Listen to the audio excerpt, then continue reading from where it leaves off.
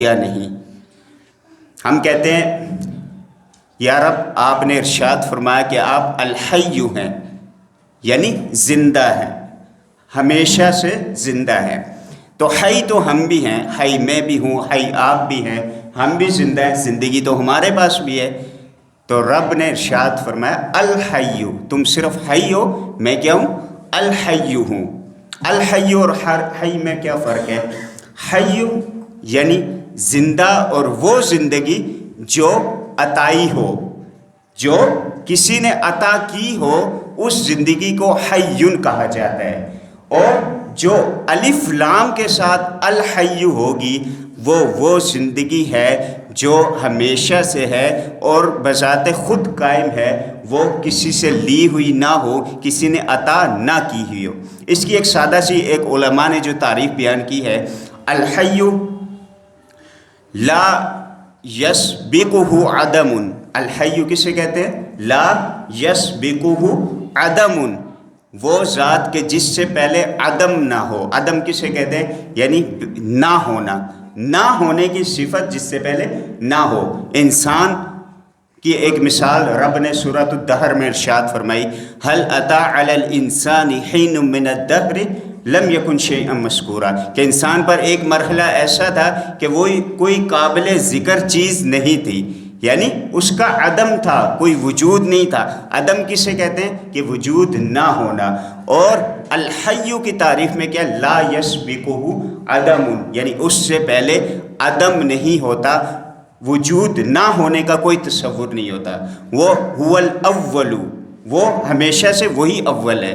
هو الآخر، وہی ہمیشہ یعنی آخر میں رہے گا، ہر چیز کو فنا ہے۔ تو لا یسبقہ عدم ولا یلحقہ فنا، یعنی اس سے پہلے عدم نہیں اور اس کے بعد فنا نہیں، اس کو کبھی فنا نہیں ہوگی، وہ ہمیشہ سے ہے اور ہمیشہ وہ ذات باقی رہے گی۔ اسے کہتے ہیں الحی۔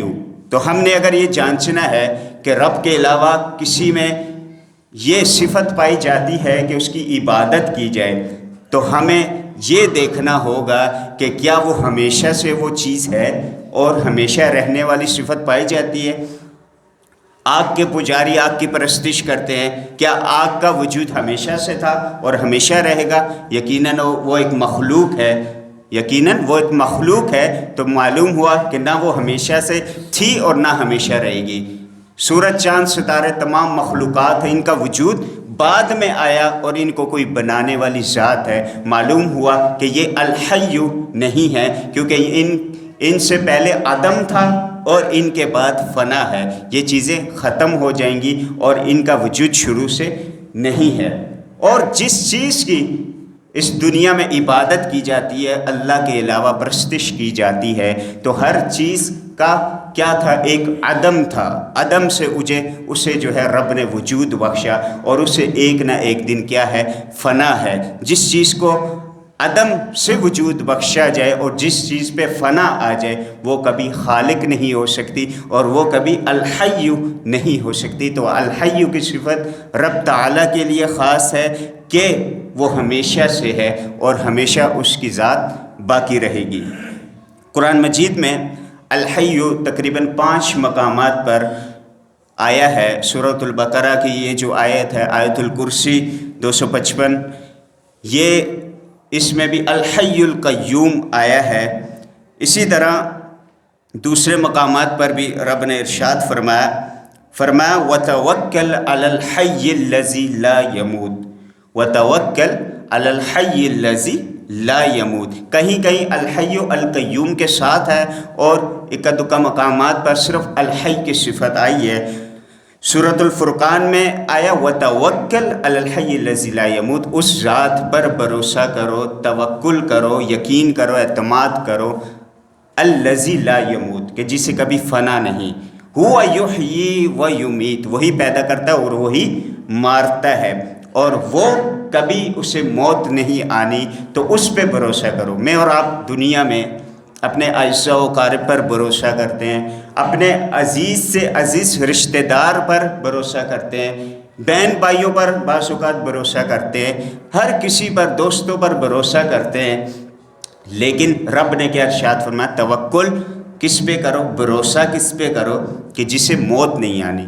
کسی دوست پر بھروسہ کیا کہ میرے حالات ماڑے ہیں، مشکل ہیں، میں بڑی مصائب کا شکار ہوں، بینکرپٹ ہو گیا ہوں، دیوالیہ ہو گیا ہوں، میں مقروض ہو گیا ہوں، تو مجھے جو ہے 2-4 دن بعد جو ہے مجھے قرضہ چاہیے۔ اس نے یقین دلا دی، ہاں بھائی میں تمہیں دوں گا، ٹینشن نہیں، فکر نہیں۔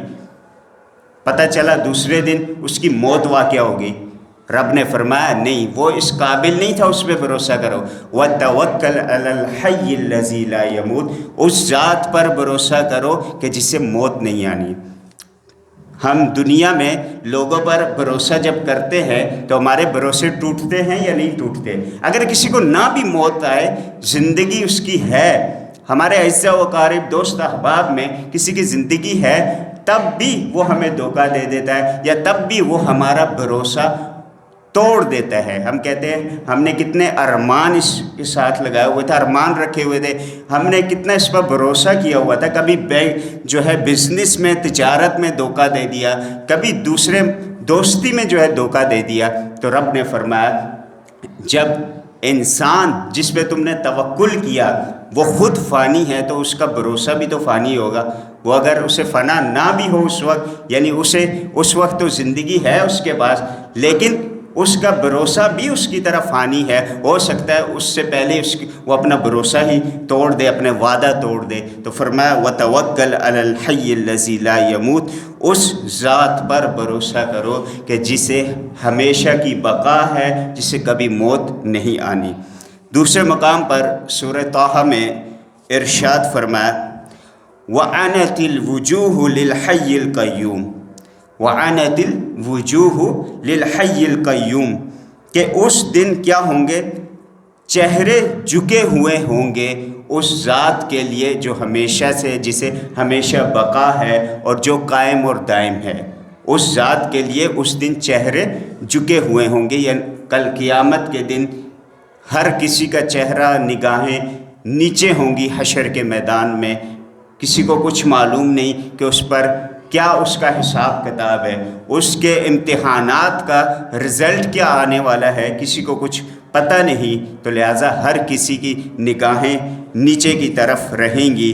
تو یہ مختصر سی الحی کی ایک تشریح تھی، انشاءاللہ اس پہ تفصیل ابھی بیان کرتے ہیں، لیکن اس سے پہلے القیوم کی بھی تھوڑی سی وضاحت دیکھ لیتے ہیں۔